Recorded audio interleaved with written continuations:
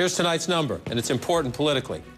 396,906. That's the number of deportations, illegal immigrants thrown out of the country by the Obama administration. That's a record, and it has some people mad. Let's take a look at just how this breaks down. 55% of them are criminal offenders. About 20% repeat immigration violators. These are removals done right at the border. Immigration fugitives here, other removable aliens or illegal immigrants. Some people don't like that term. Now, how does this play out over time? One of the reasons this is playing in our politics now is that people are mad. Some people are mad it's the Democratic Obama administration doing this. Look at 2008, that's President Bush. Look at the last 3 years. Each year, the deportations going up under the Obama administration. That record number of deportations, one of several flashpoints now between the White House and the Latino community. And in recent days, it has become both highly charged and highly personal. A growing number of Latino organizations and activists are turning on a one-time friend in the White House, the Director of Intergovernmental Affairs, Cecilia Muñoz, calling her a turncoat and a traitor. As long as Congress gives us the money to deport 400,000 people a year, that's what the administration is going to do. That's Cecilia Muñoz there. So how is this feud impacting the White House ties to Latinos, and how will the tensions translate at the ballot box in 2012?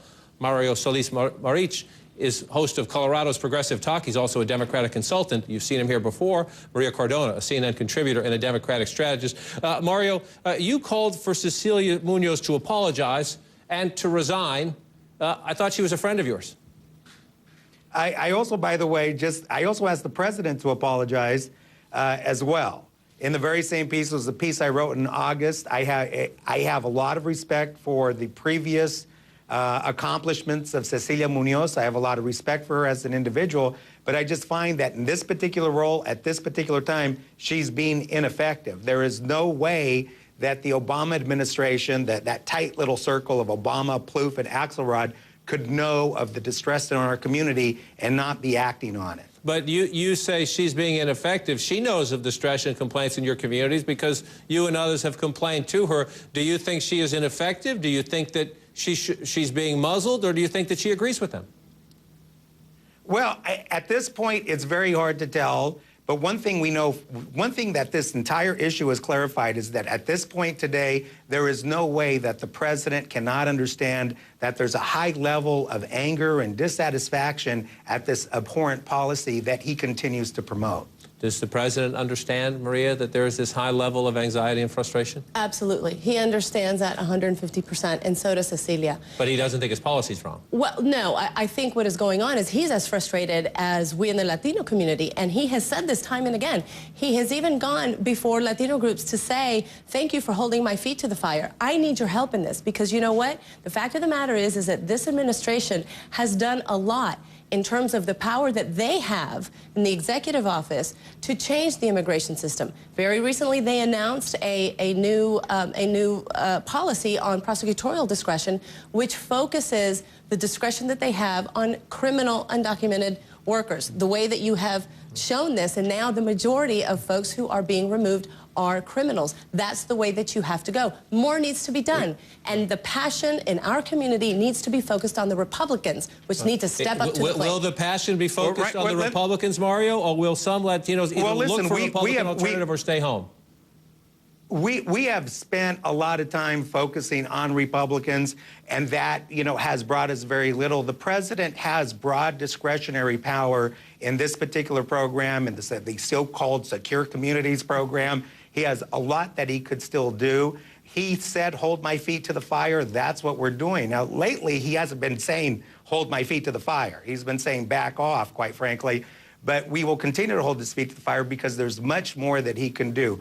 Even the people that are currently defending Cecilia Muñoz publicly acknowledge that the president's position right now, his policy, is an absolute disaster. They wrote an open letter highlighting how dissatisfied they are with the president's current policy.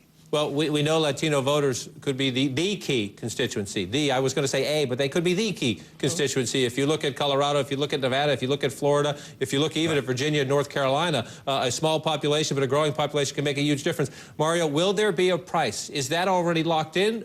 Will there be a price next year? Will some either vote for the Republicans out of protest, even if they don't like what they see, or stay home? I think that what we're seeing right now, based on the polls, is a lot of members of the community are much less enthusiastic about this particular president and about re-election. He has a lot of work to do in the community.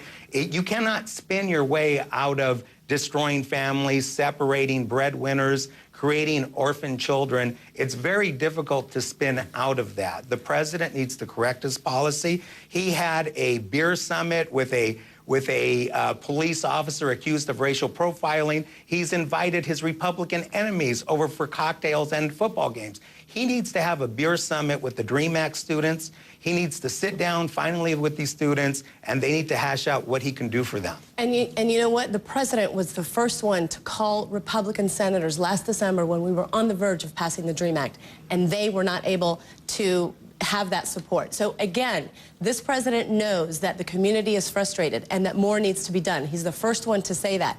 But in all fairness, it is not fair to put this either at Cecilia's feet or at the president's feet, when if we could have half of the Republican senators who supported comprehensive immigration reform just a few short years ago step up to the plate, we could get this done tomorrow. Latinos understand this. And in the latest poll that came out, they support this president 2-1 over any of the Republican candidates running right now. You know, it's only in Washington, D.C., John, where your approval rating could go from 72% amongst Latinos down to 64%, and it's considered a good sign. I mean, clearly, Barack Obama needs to move himself out of the Beltway, come into the barrios, sit down with the DREAM Act students, have a beer and soda summit with the DREAM Act students, and find out what more he can do for them. The power of the executive pen is very, very important. Well, he's yet to meet with DREAM Act students. And I think that this would be a good time for him to do that. You can clearly see the tension in the community. We'll keep an eye on the president. Mario, thanks for coming in. Maria as well. Thanks. Thank you, John. I appreciate it.